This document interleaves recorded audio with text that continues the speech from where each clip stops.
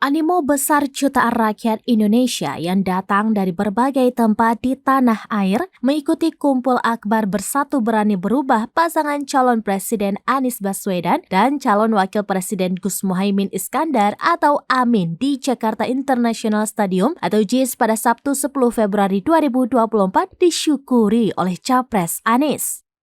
Ia menilai ini sebagai dukungan terhadap gerakan perubahan demi Indonesia adil makmur untuk semua. Anies juga mengatakan animo semangat yang tercermin dari jumlah yang hadir sangat di luar dugaan. Bukan hanya banyak, tetapi datang dengan apa adanya.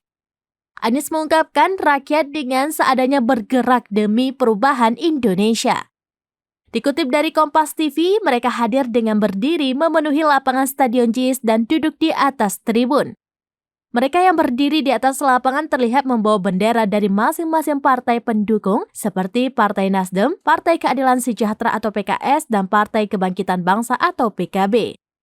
Kampanye Akbar Anies Muhaimin di JIS digelar mulai pukul 7 waktu Indonesia bagian Barat hingga pukul 12 waktu Indonesia bagian Barat.